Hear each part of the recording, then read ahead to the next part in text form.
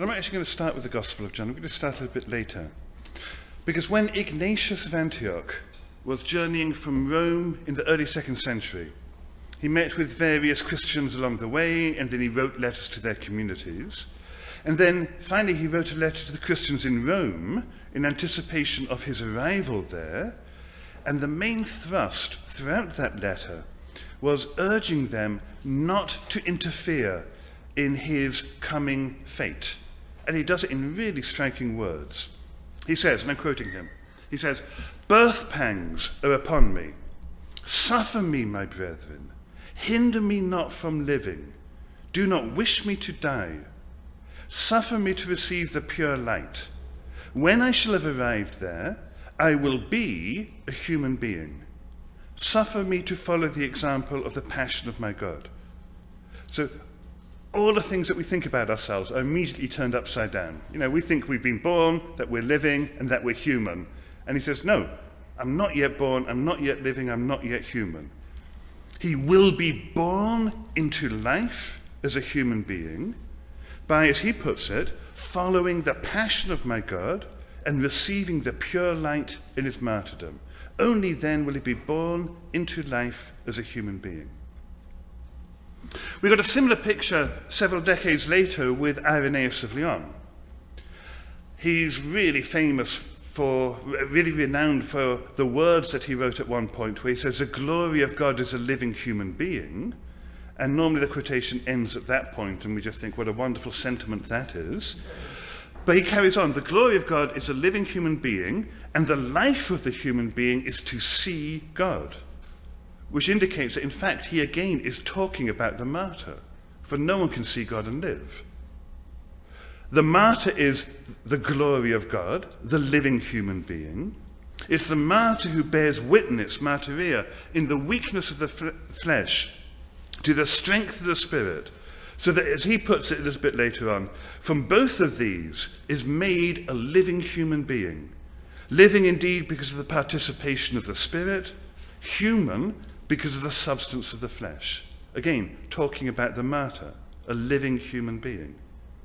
We can see the same thing in Melito of Sardis, but we'll leave that for now.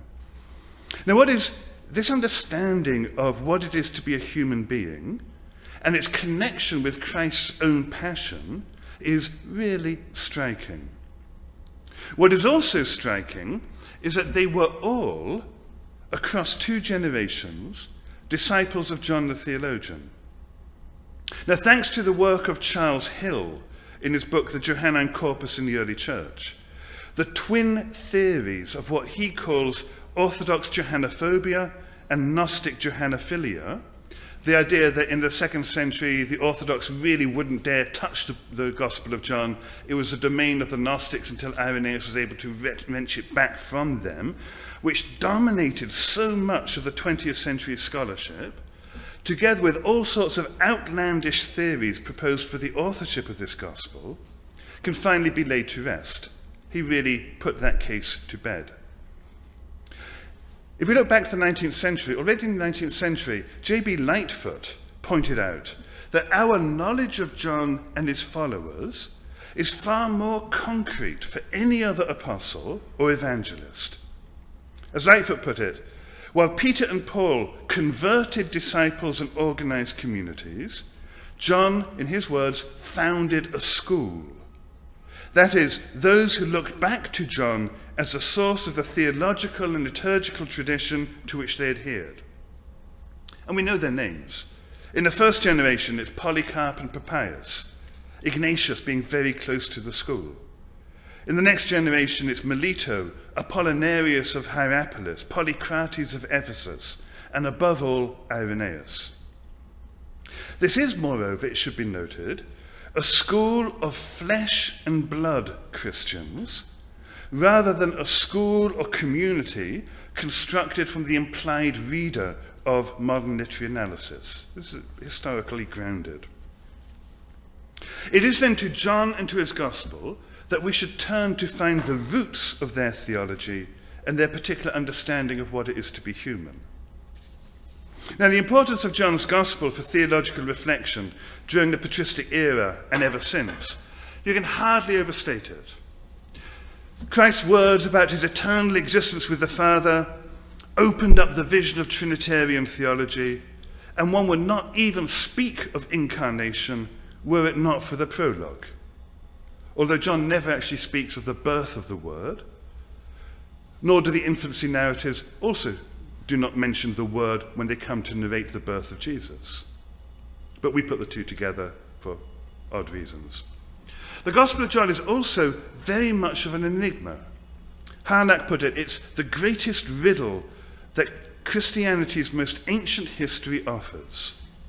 And he continues this way, he says, it depicts a Christ who puts the indescribable into words and proclaims as his own witness what is the very basis for this witness and what his disciples sensed of him.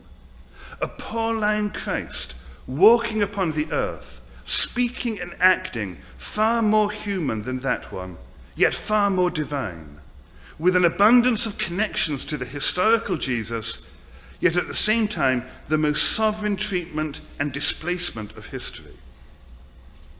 John's focus on the glory of Jesus led Ernest Kaiserman, half a century later, to the perplexing conclusion that, in his words, apart from a few remarks that point ahead to it, the passion comes into view in John only at the very end.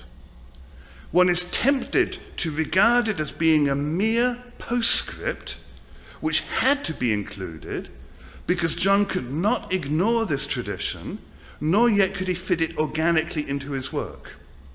His solution was to press the features of Christ's victory upon the Passion story.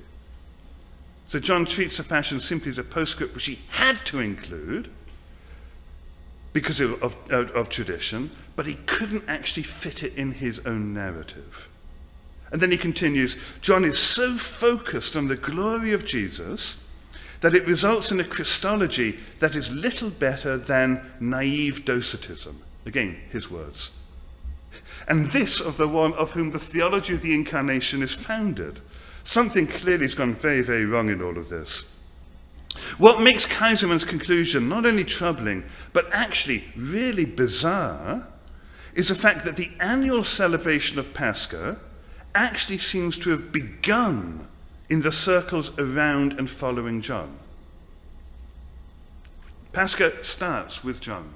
Easter starts with John.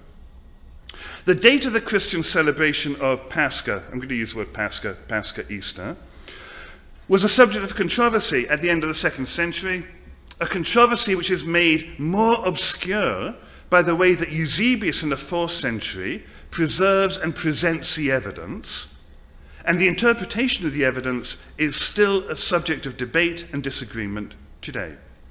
However, scholarly consensus does seem to have come to the position, and I think it's right, that rather than being a deviation, as it appeared to Eusebius in the 4th century, the quartodeciman practice of celebrating Pascha on the 14th of Nisan was in fact the original practice, and probably even until the mid-2nd century, the only practice.